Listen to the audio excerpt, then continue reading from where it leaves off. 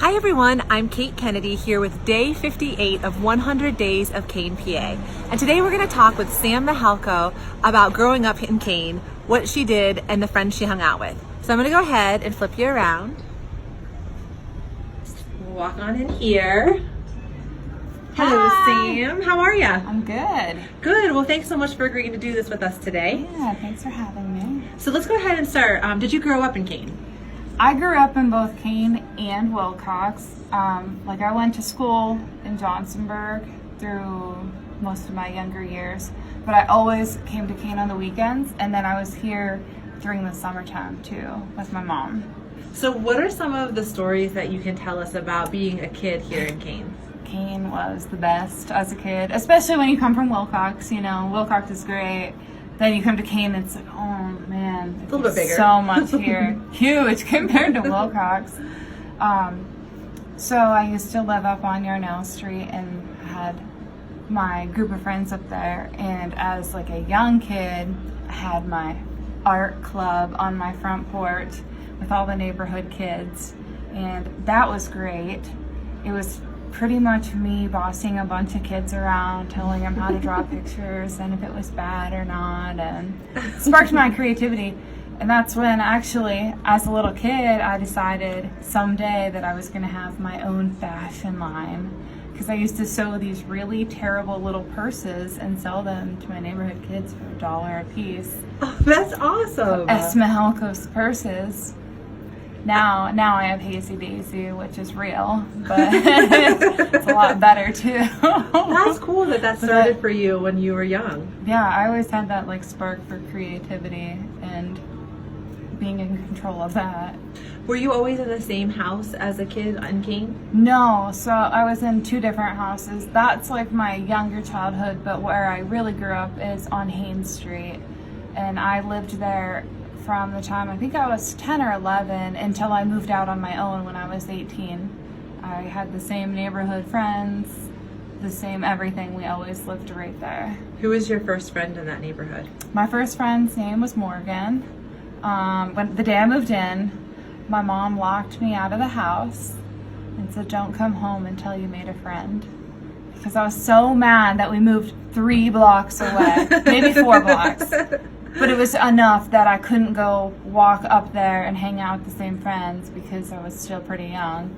So I walked around that 1 block, and there was a girl sitting outside by herself, and, "Hi, I'm Sam. Will you be my friend?" And I brought her back to my house and told my mom, "Hey, I made a friend." So it worked. It did work. It was great because things were a little different. Like our phones weren't, I didn't have a phone then. Nobody had like cell phones, so you had to leave the house to go make friends. Mm-hmm. You couldn't just sit and add them on Facebook because Facebook didn't exist yet. Right. I mean, I spent hours as a kid at that age too building my MySpace profile. Oh. I'll never forget those good old days, just making it as sparkly and blingy as possible, but you still had to leave your house to go have friends. Right. So what years would this be? I'm thinking like 2006, 2007, in that vicinity when I first started to make all the friends in that neighborhood. And a kid named Dylan lived across the street, and him and all his friends would like ride skateboards and stuff. So, and we were all the same age, so that became like part of my friend group. And between his house and my house, that's where everybody hung out. How fun. It So was. you were in Johnsonburg, or Wilcox and Johnsonburg during the week, but on the weekends you came to Kane. Yeah. How did you spend your time on the weekends? Oh, well, Friday night, you can't forget about roller skating. That was like the thing to do. You know, it was $5 to get in, and then usually I'd have like $5 left. So you always had to get a rainbow. That was the drink. You could not go to the skating rink without getting one. And I could never figure out how she kept the pop separate, because I had tried mixing Pepsi and Mountain Dew so many times, and it just Not mixed. the same. It's Diet Pepsi, that's the trick. And it will stay separated. That, and there was the dollar pickles and the pizza. And then once you went to the skating rink for a couple years and you were older, Then you got to sit in the back seats there, the benches back there. But you had to like earn your way there. You couldn't just go in and just go sit back there. Right, you had to just put in your years. Yeah, you had to work your way up. Do you have any memories about your time at the skating rink? One of my favorite memories is prank calling the skating rink from from our cell phones at this point. We would like go in the bathroom and ask for somebody. And prank phone calling was like a huge thing to do. We would like get bored and just go through the phone book and just call people and prank call them and hang up, like, because people used phone books then. You know, I haven't seen a phone book in a long time, but so we do the same thing at the roller skating rink and just listen to Shirley announce it over the speaker. It was so funny. And I'll never forget when I was skating and Robbie Knapp came up and tripped me. Oh no. Not on purpose. I mean, I don't think, maybe it was, but, and I fell so hard, I hit my head. And I stood right up like nobody seen it. I mean, everybody watched me and it was ridiculous. But I held out that cry. I felt so cool. You toughed it out. You didn't make me cry. Like, it was good. It was fun. Everything was so fun. I loved growing up here. What about the music? Is there any songs that you remember from that time? Oh yeah, Boulevard of Broken Dreams by Green Day. Like, I can't even listen to that song without automatically thinking of the roller skating rink. That's an awesome memory. Every Friday night that song played. Okay, so that's Friday night. What would you do Saturday during the day and Saturday night? Saturday during the day, you'd like walk around town aimlessly, and then you'd walk around and go down to the park and just sit on the bench for hours, just sitting there. Nothing else. Talking. Just hanging out with all your friends. Mm-hmm. Everybody would come there, so you'd know like it was a standard meeting point.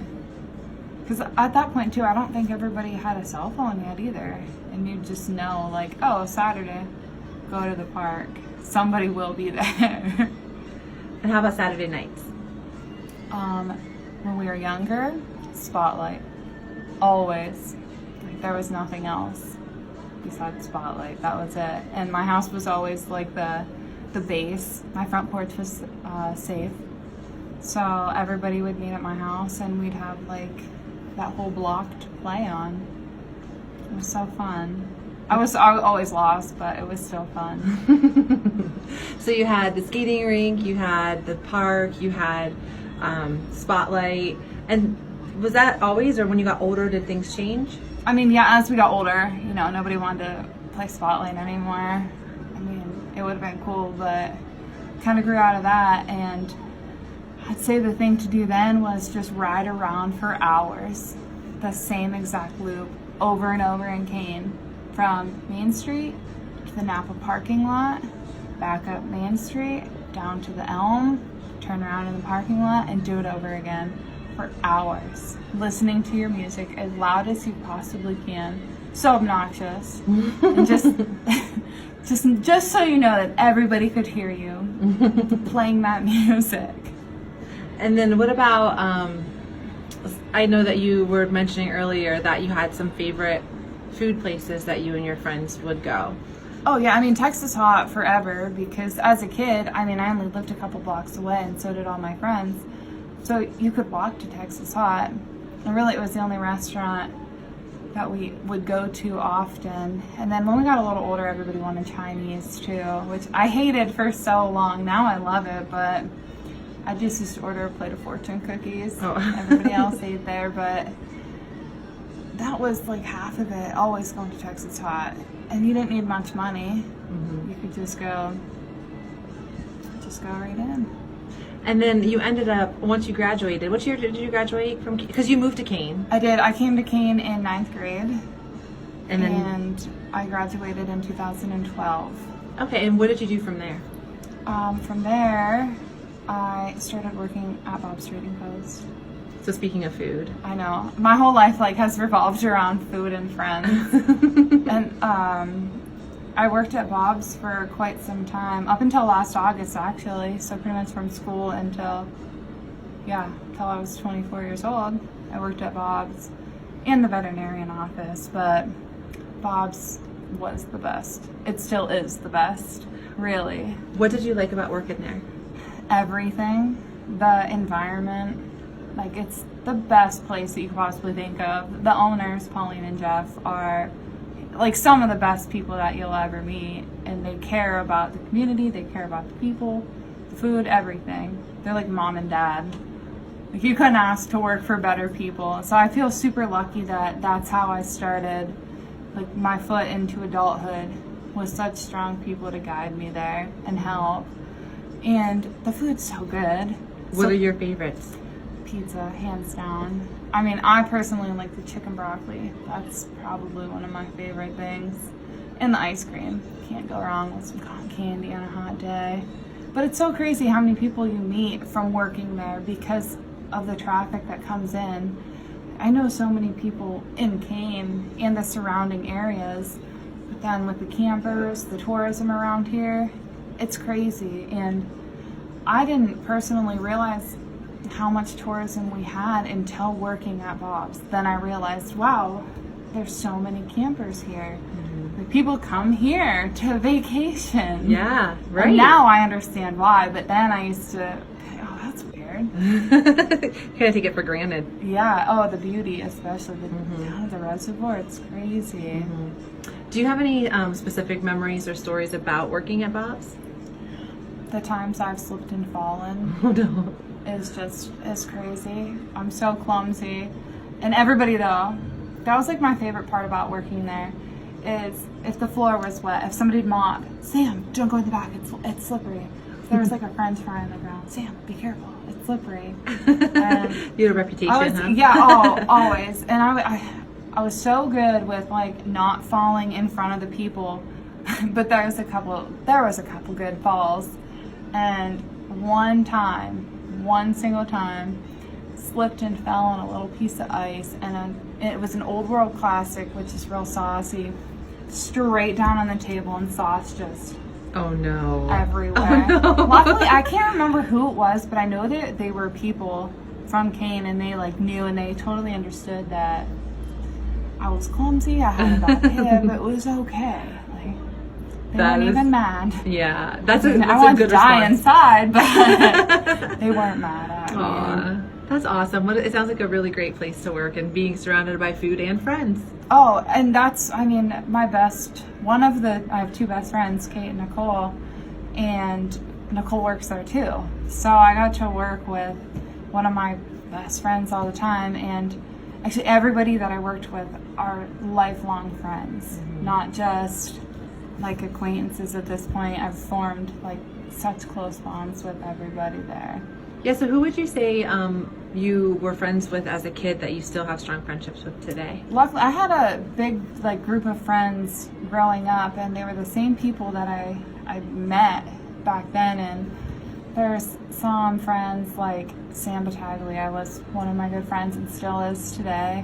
And then there's like Devin, Robbie, all the guys that I've been friends with since I was like 10 years old, and I'm still friends with today, which is so great.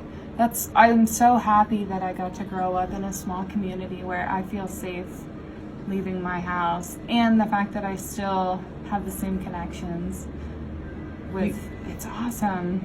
Yeah, you grew up together, so you really know each other. The Yeah. good, bad, and ugly. Oh yeah, like The good, bad, and awkward years. yeah, because 13-year-olds, that's some of the weirdest times in your life, but everybody grows up together. Where I couldn't imagine growing up in a big school even where there's thousands of kids that you don't know. Especially when you start high school, I think you pretty much know everybody in every grade. Whether they know you or not, you know everybody. It's really nice. Yeah, so, and you decided to live here, to open a shop here and invest your life here. Why did you choose to stay in Kane?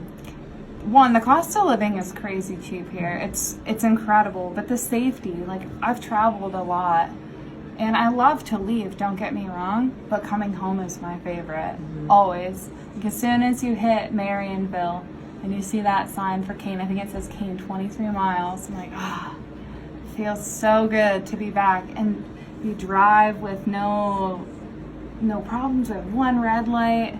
Like, it's so crazy how simple life is, and it makes life go nice and slow. I think because we're not in that fast lane, like always just hustle and bustle. You can take your time here. Yeah. And you can always leave and come back. That's the nice part. And it's such a welcoming community, but you can't go around with the safety. I can walk by myself at 11 o'clock at night and I'm not fearing that I'm gonna get robbed. That's so great.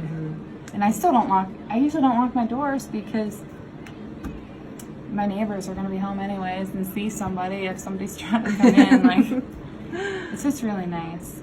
Yeah, well, that's awesome, Sam. Those are some really great stories, some great memories, and I agree with you. This is a great place to live. Is there anything else that you wanted to talk about that you didn't get a chance to? I'm trying to think off the top of my head here. I think you covered a lot of great things. I Just think wanted to so make sure. too. I think I'm just overly thankful to be able to open a business now too.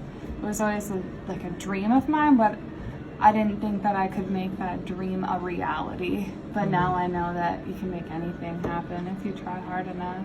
And I love how it connects back to your passion from when you were a kid, Oh, having yeah. art club on your front porch. Yeah, it's so funny because I always knew that I wanted to have my own brand, and I never thought that it would become what it is today, especially with having global sales and even wholesaling my company to other stores in the United States, which is some of the cooler things to do.